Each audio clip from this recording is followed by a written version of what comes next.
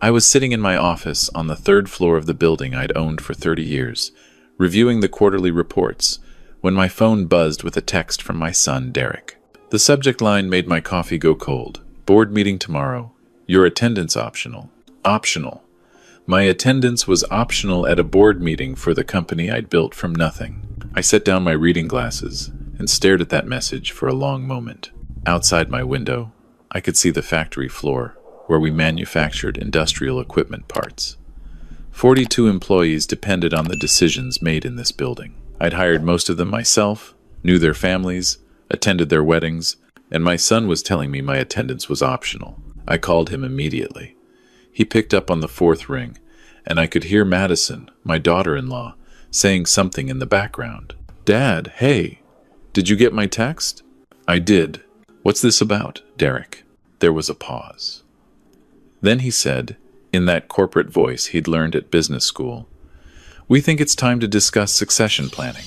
Madison and I have been talking with some of the other shareholders, and we feel the company needs younger leadership to stay competitive." Younger leadership. I was 62 years old, worked 60-hour weeks, and had just landed our biggest contract in company history with a major automotive manufacturer. "The meeting is at 9 tomorrow," Derek continued. "We've prepared a comprehensive presentation about transitioning you into an advisory role." An advisory role? Yes. You'd still be involved, obviously, just not in day-to-day operations. Madison's drawn up a very generous compensation package. I'd founded this company in 1987 with $12,000 and a used lathe in a rented garage. I'd worked 16-hour days for the first 5 years. I'd nearly lost everything during the 2008 crash, but managed to keep every single employee on payroll. And now my son, who I'd paid $180,000 for his MBA and given the vice president title to, was offering me a generous compensation package to step aside. "Who's attending this meeting?" I asked. "The key stakeholders. Madison and I, obviously. Robert Chen from accounting, Jennifer Walsh. And we've invited an outside consultant to provide an objective perspective." Robert and Jennifer were good people, but they each owned only 5% of the company. I'd given them those shares as bonuses over the years. Derek had 15%, which I'd gifted him when he joined the company 5 years ago, which meant Derek thought he had 25% voting against my 40%, and somehow believed he could win. "I'll be there," I said. "Great. It's really for the best, Dad. The company needs fresh vision, and you've earned your retirement. You should be enjoying life, maybe spending more time at the cottage." The cottage in Muskoka that I'd bought and paid for.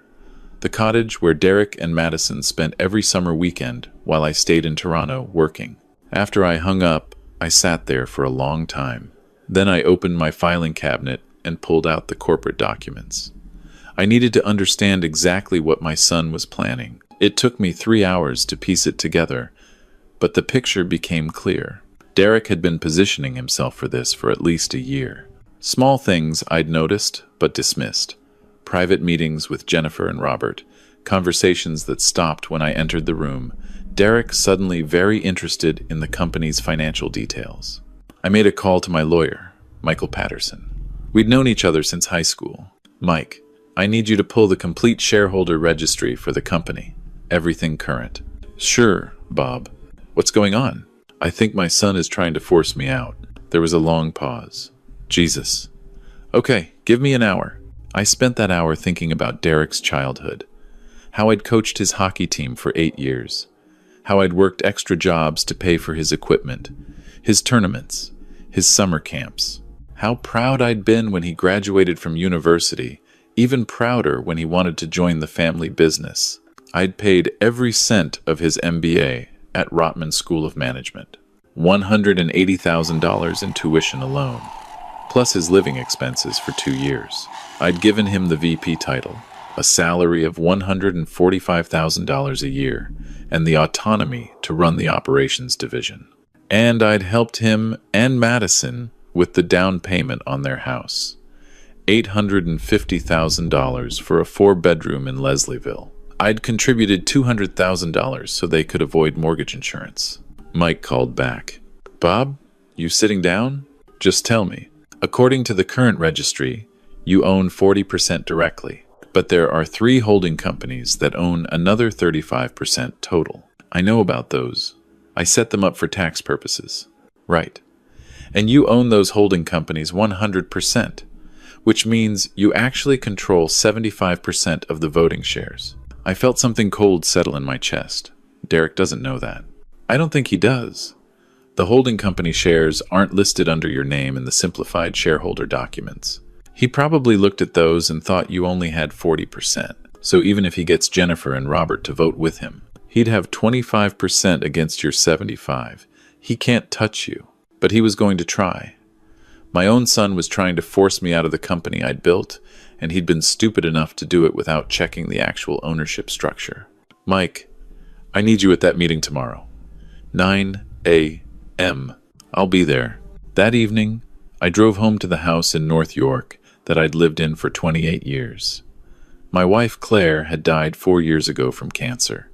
The house felt too big now, too empty. Derek and Madison used to visit every Sunday for dinner. That had stopped about 6 months ago. Too busy, they'd said.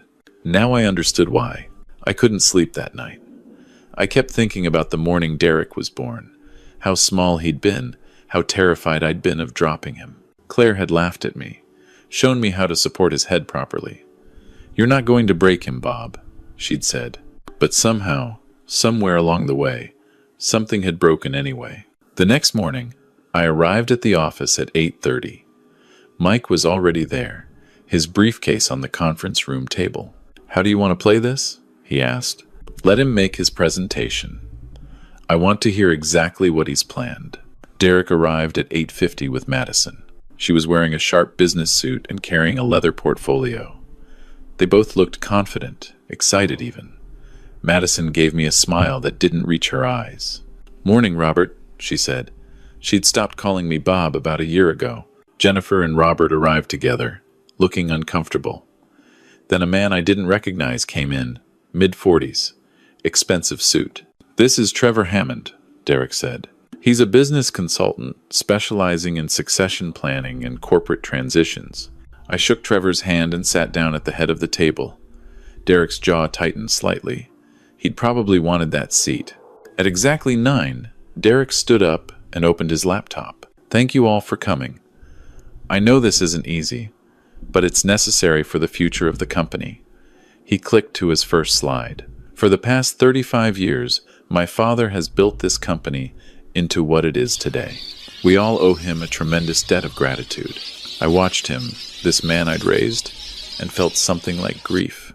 "However," Derek continued, "the manufacturing landscape is changing rapidly. We need to adapt, to embrace new technologies, to move faster.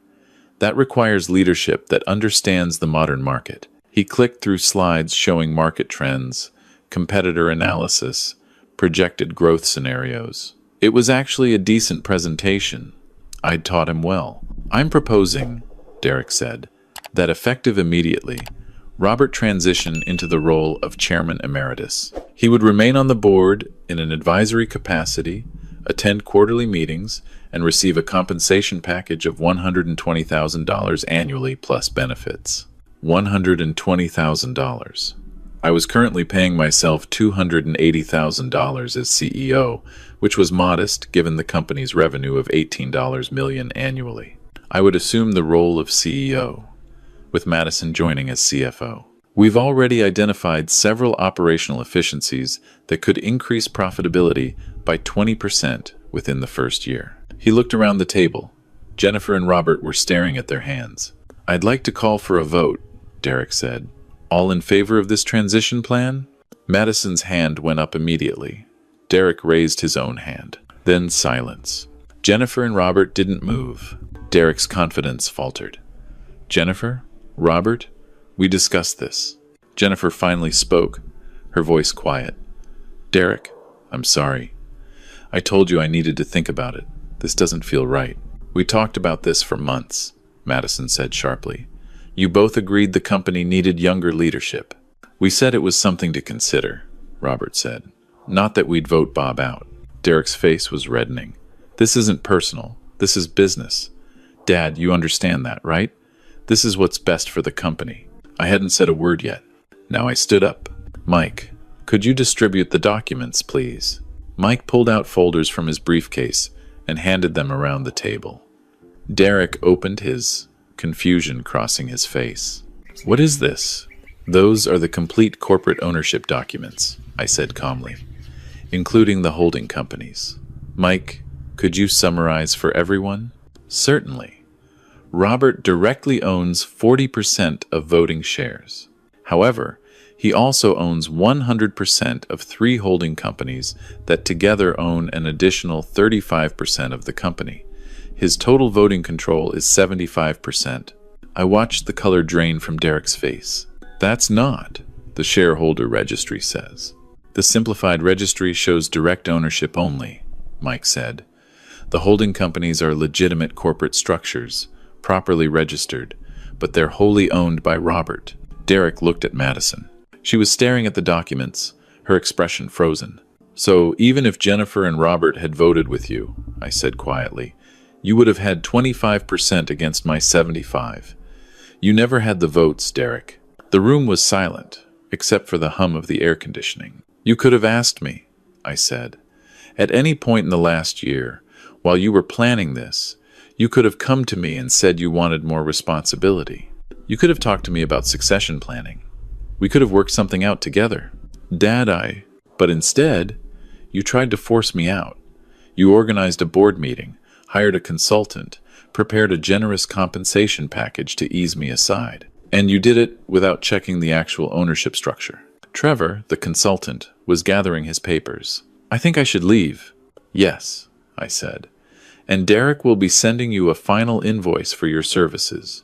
After Trevor left, I sat back down. Jennifer, Robert, thank you for being here. You can go. This doesn't affect your positions.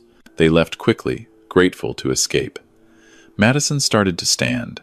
You should stay, Madison, I said. This concerns you too. She sat back down slowly. I looked at my son. How long have you been planning this? Dad, just listen. How long, Derek? He swallowed. About 14 months. 14 months. While I'd been including him in every major decision, teaching him the business, trusting him with increasing responsibility. Whose idea was it? Derek glanced at Madison. I see, I said. Madison, when did you decide I was in the way? She lifted her chin. This isn't personal, Robert. Derek has been ready to lead this company for 2 years now. You're holding him back. Holding him back from what? The company is profitable. We just landed the biggest contract in our history. Our employees have job security and good benefits. But we could be doing so much more, Madison said. Derek has ideas that you won't even consider. The automation proposal, the offshore manufacturing. The automation proposal would eliminate 16 jobs. The offshore manufacturing would compromise quality and destroy relationships we've spent decades building. That's exactly the problem, Madison said. You're too sentimental. This is business. I turned to Derek. Is that what you think? That I'm too sentimental? He couldn't meet my eyes.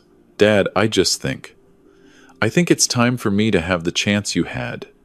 To build something. I gave you that chance. I gave you a VP title, a 6-figure salary, and 15% ownership. I trusted you to run operations. As your employee, Derek said, finally looking at me.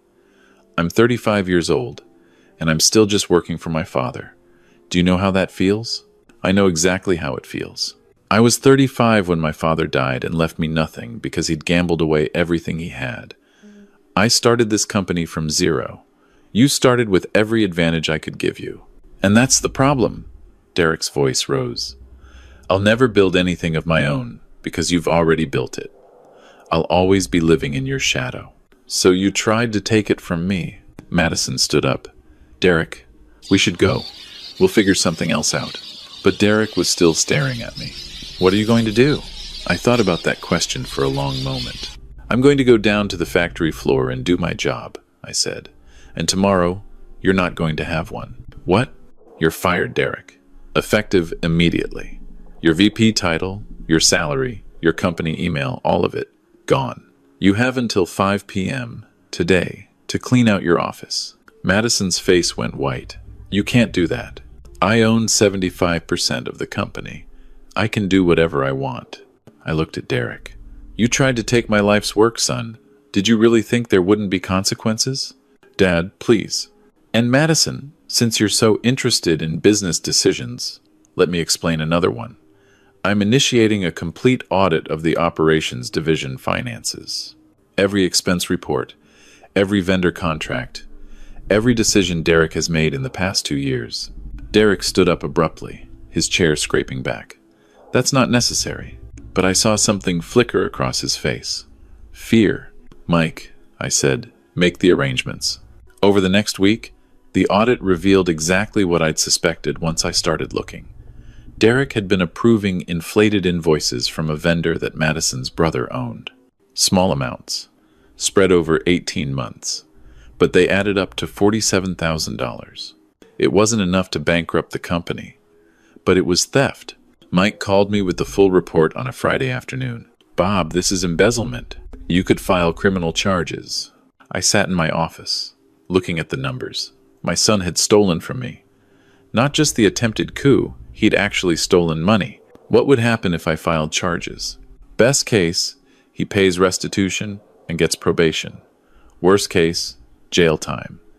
It would definitely end any career he has in business. I thought about Derek at 7 years old, helping me in the garage workshop, handing me tools, asking endless questions about how things worked. I'm not filing criminal charges, I said, but I want every dollar repaid, plus interest. And I want a signed confession that will hold in case he ever tries anything like this again. You're being more generous than he deserves. He's still my son, Mike. The meeting where Derek and Madison signed the repayment agreement was the worst hour of my life. Madison cried. Derek sat there, stone-faced, signing his name. $47,000 plus 8% interest, paid back over 3 years, Mike said. Miss a single payment, and Robert can pursue criminal charges with this confession as evidence. Derek looked at me then. I'm sorry, Dad. No, you're not. You're sorry you got caught. After they left, Mike asked, what about the house? The down payment you gave them? I'd thought about that. $200,000 I'd given them for their dream home. Draw up a promissory note. They'll pay that back too, with interest. Same terms, miss a payment, and I can put a lien on the house. Mike whistled. That's $247,000 total they owe you. They wanted to treat this like business, I said. So we'll treat it like business. The next few months were strange. I'd see Derek and Madison's names on the repayment schedule. They were making the payments on time, probably terrified of the alternative. But we didn't speak. They didn't come to family gatherings. Not that there were many without Claire. The company kept running. I promoted Robert to VP of Operations. He was 52, had been with me for 18 years, and actually knew what he was doing. But something had changed in me. I'd go to the office and handle everything that needed handling, but the joy was gone. I'd built this company for my family, to have something to pass down, and my only child had tried to steal it. One Saturday in October, I was at the cottage alone, sitting on the dock, watching the lake, when my phone rang. It was my sister Margaret, calling from Vancouver. Bobby, how are you doing? Margaret was the only person who still called me Bobby. She was 3 years older, had moved to BC 30 years ago after marrying a guy from Victoria. I'm fine, Maggie. Liar. I talked to Mike Patterson's wife at a wedding last week. She told me what happened. I should have known. Toronto might be a big city, but our social circles were small. It's handled, I said. That's not what I asked. I asked how you are. I looked out at the water, at the leaves turning gold and red on the far shore. I'm tired, I said finally. I'm 62 years old, and I'm tired. Then why are you still doing it? Doing what? Running the company. Bob, you've been working since you were 16. You've built something incredible. You've proven everything you needed to prove. Why are you still working yourself into the ground? What else would I do? Anything you want. Come out here, spend some time with me and Richard. See the ocean. Figure out what you actually want instead of what you think you're supposed to do. After we hung up, I stayed on the dock until the sun set. Maggie was right. I'd been so focused on building something to pass down that I'd never asked myself what I actually wanted. The next Monday, I called a business broker. "I want to sell the company," I told him. "The whole thing, fair market value, to someone who will keep the employees on." It took 4 months, but we found a buyer. A larger manufacturing firm based in Mississauga was looking to expand. They offered $12.4 million, keeping all current employees with their positions and salaries guaranteed for 3 years minimum. I accepted. The day we signed the papers, Mike asked me, "What about Derek's shares? He owns 15%. He'll get his 15% of the sale price. That's $1.86 million. Minus what he owes me in the repayment agreement, he'll net about $1.6 million. That's more than generous, considering." "It's fair," I said. "I'm not going to cheat him. I'm just not going to let him cheat me either." "What will you do with your money?" I'd thought about that a lot. After taxes and paying off the small remaining mortgage on my house, I'd have about $7.2 million. "Maggie's been telling me to come visit Vancouver Island for years," I said. "I think maybe it's time I listened." I bought a house in Qualicum Beach, a small town on Vancouver Island's east coast. It was a cedar-sided place, with floor-to-ceiling windows facing the ocean, much smaller than my Toronto house, but somehow exactly right. The first morning I woke up there, I made coffee and sat on the deck, watching eagles fish in the bay. No emails to answer, no schedules to keep, no one trying to force me out of anything. I sold the Toronto house and the Muskoka cottage. Too many memories in both places, and I didn't need the upkeep. Derek called me once, after the company sale closed, and he received his check. "Dad, I don't know what to say." "Then don't say anything," I replied.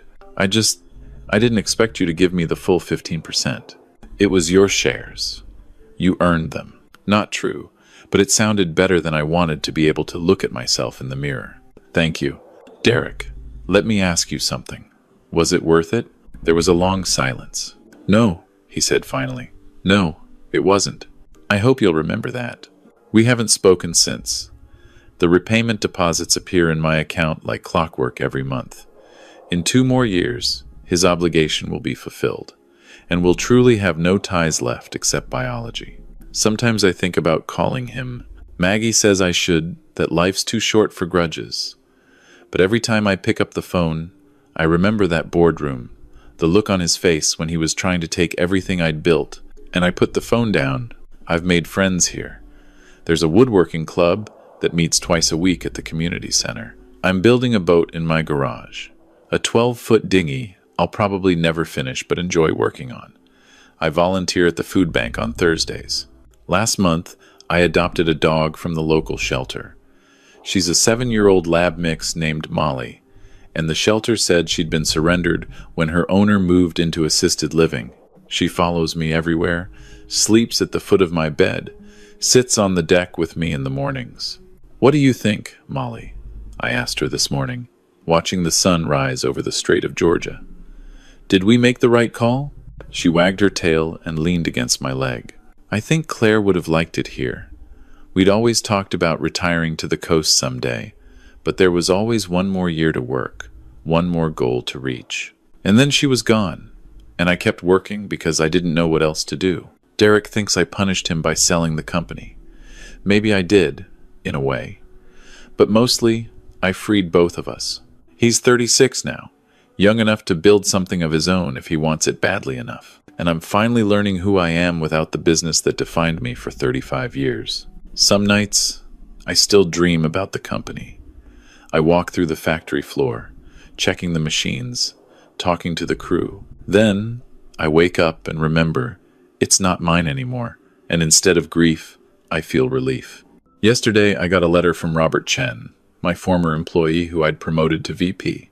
He sent me a photo of the whole factory crew holding a banner that said, "Thanks, Bob." He wrote that the new owners are good people, that everyone's jobs are secure, that they're grateful I sold to someone who values employees over profit margins. That letter sits on my kitchen table now, next to my morning coffee. I don't regret building the company. I don't even regret giving Derek every opportunity I could. You raise your kids the best you know how, and then they make their own choices. His choices hurt me deeply, but they also freed me to make choices of my own. Tonight, I'm having dinner with Maggie and Richard at their place in Victoria. Tomorrow, I'm going fishing with a guy named Tom who I met at the woodworking club. Next week, I'm thinking about taking a wood carving class. For the first time since Claire died, I'm not counting the days. I'm not waiting for anything. I'm just here, in this small house by the ocean, with a dog who thinks I hung the moon and enough money to live comfortably for the rest of my life. Derek got what he wanted. He's free of my shadow. And I got what I didn't know I needed. I'm free too. The bond between parent and child is supposed to be unbreakable. But sometimes, when someone tries hard enough to break it, you have to let them. And then you have to decide who you're going to be on the other side of that break. I'm still figuring that out. But standing on my deck this morning, watching Molly chase seagulls on the beach, breathing in the salt air of the Pacific, I think I'm getting closer to an answer. I'm not the man who built a company from nothing anymore. I'm not anyone's father in any meaningful sense. I'm not a CEO or a leader or a provider. I'm just Bob. And maybe, after 62 years, that's enough.